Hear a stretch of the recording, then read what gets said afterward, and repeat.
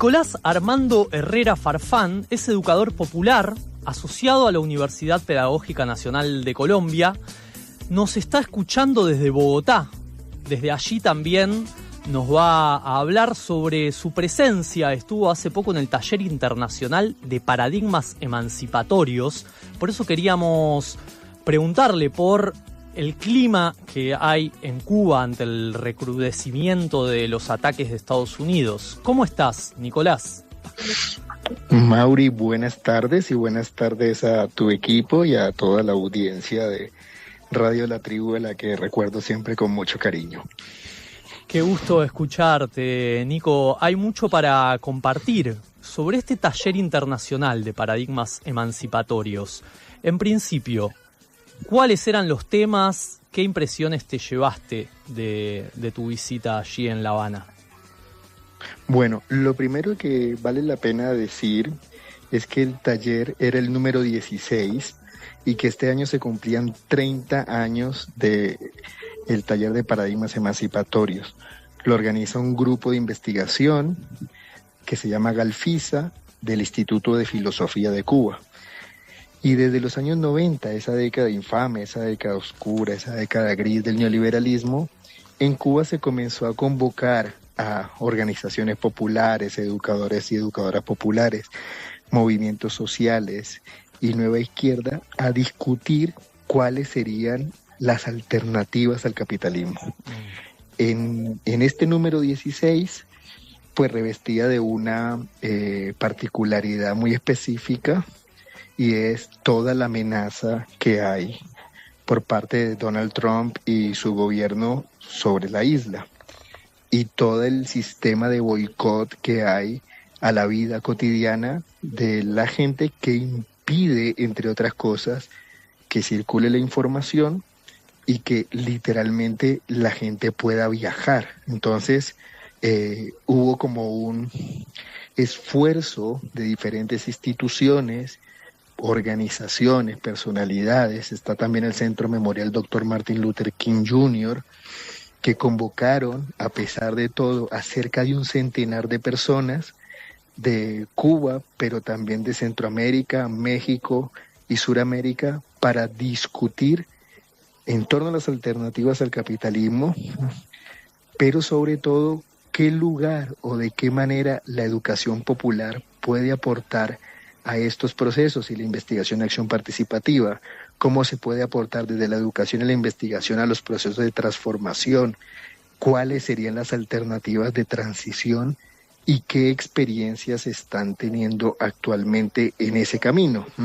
Nico, una pregunta. Tenemos, perdón, dale, sí, concluí la idea y te pregunto. Porque tenemos la idea de pensar que el nuevo mundo es algo que está muy lejos, y resulta que el nuevo mundo es algo que ya están haciendo en las experiencias cotidianas prefigurativas, como diría Gramsci, ¿no? Uh-huh. No pensamos otra comunicación desde la nada, sino a través de experiencias como la Radio La Tribu y como este programa en particular. Y así hay la reforma agraria, con el MST, los problemas organizativos, con el COPIN, la lucha contra las represas. O sea, ya hay experiencias acumuladas que lo que se hace es una epistemología que camina, ¿no? En ese sentido de los paradigmas. En esto que vos mencionás, hasta contagia un optimismo y efectivamente resalta lo positivo de lo que hacemos, lo que se puede hacer y lo que efectivamente se está haciendo. Pero yo quería también preguntarte sobre el clima en La Habana, o lo que se habló en este taller de paradigmas emancipatorios, sobre lo que está sucediendo respecto al bloqueo de los Estados Unidos. Por lo menos es verdad esto que decías, ¿no? La información muchas veces nos llega viciada por las agencias de información. Uh-huh. ¿Cómo es o qué se habló, qué viste allí en La Habana? Pues mira, o sea, es que justamente esto que estaba diciendo pareciera, contrasta mucho con las condiciones materiales de existencia, ¿no? El evento se sufría retrasos, las actividades, por los reiterativos cortes de energía, ¿no? Había dificultades, o sea, el evento tenía que ir hasta las 2 de la tarde porque hay dificultades con el transporte. muchas ocasiones, muchos de nosotros y nosotras tuvimos que llegar al lugar caminando después de 40, 50 minutos, una hora, porque evidentemente el bloqueo está apostando a la política del desgaste, ¿no? A la política del cansancio, a la política del hartazgo y al incremento de manera dramática del costo de vida. Cada vez hay una dificultad en el transporte que impide que se desarrollen actividades con mayor dinámica. Se ha tratado de estabilizar el tema de los cortes de electricidad, pero sigue habiendo corte de electricidad. Y con las complicaciones del transporte, pues también están complicaciones asociadas no solamente al costo del transporte, sino también al acceso a los lugares, a los alimentos, a los espacios de disfrute, de aprendizaje. No hay toda una interrupción o un intento de desarticulación de los espacios de la vida cotidiana, lo cual, que se haya desarrollado el taller en medio de esas condiciones, ¿sí? Solo demuestra la tosudez de los movimientos sociales y la enorme esperanza que guía a los pueblos para no desfallecer ante esta bravuconada del imperialismo, ¿no?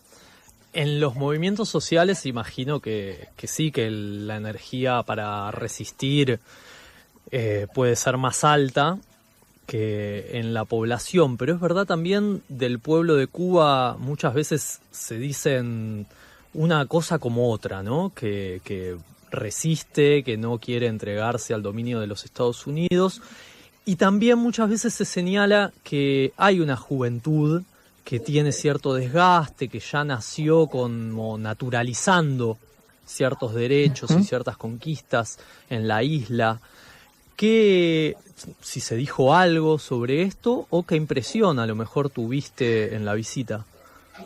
No, mira, es que justamente esa dualidad existe, como existe en cualquier sociedad. Lo que pasa es que al suceder en Cuba, la propaganda más de derecha tiende a magnificarla y la propaganda más de izquierda tiende a desconocerla o a ocultarla o a matizarla. Existen sectores sociales en Cuba hoy actualmente que realmente están cansados y cansadas, ¿sí? ¿Quién de nosotros, nosotras, nosotros no estaría cansado de que todos los días tenga un corte de electricidad? ¿Quién de nosotros, nosotras o nosotros no estaría cansado, cansada de tener que caminar 2 horas para ir a la universidad, ir a la escuela, ir a un trámite médico o ir al trabajo porque no tiene transporte público, porque no hay combustible? ¿Quién de nosotros y nosotras no estaría cansado, cansada de que no haya insumos médicos en ocasiones básicos para hacer estudios de laboratorio, ¿no? El gran problema, creo, es que mientras el imperialismo y los voceros de la derecha insisten en la idea de que el comunismo es empobrecedor, ¿sí? Los voceros de la izquierda impulsan el argumento de que todo es culpa del bloqueo. Y lo que me quedó a mí la impresión y lo que yo escuchaba de reflexiones de diferentes espacios, desde académicos de la Universidad de La Habana, activistas sociales, militantes del Partido Comunista de Cuba, hasta el que conduce el Almendrón, el chofer de la Gacela, el que tiene su triciclo eléctrico para el transporte. Lo que yo escuchaba era, sí, que no es una cosa u otra, sino son las dos. Entonces, ciertamente hay cosas del bloqueo que joden la vida cotidiana y también hay cosas de la inoperancia, la burocratización, la falta de criterio organizativo, la estructura estatal que tambalea y que si tú tienes que resolver todos los días qué comer o cómo transportarte, pues las ideas de belleza, de transformación, de esperanza comienzan a ser tensionadas. Y eso es lo que está pasando sobre todo en un sector juvenil en el cual también está atravesado por el uso indiscriminado de las redes sociales y los medios de comunicación. Hay un espacio muy importante en el cual estamos todavía atrasadísimos y atrasadísimas como procesos colectivos para poder acompañar esta alfabetización digital que permita espacios de concientización y no solamente instancias de alienación o de malinformación. Y eso está pasando mucho hoy en Cuba.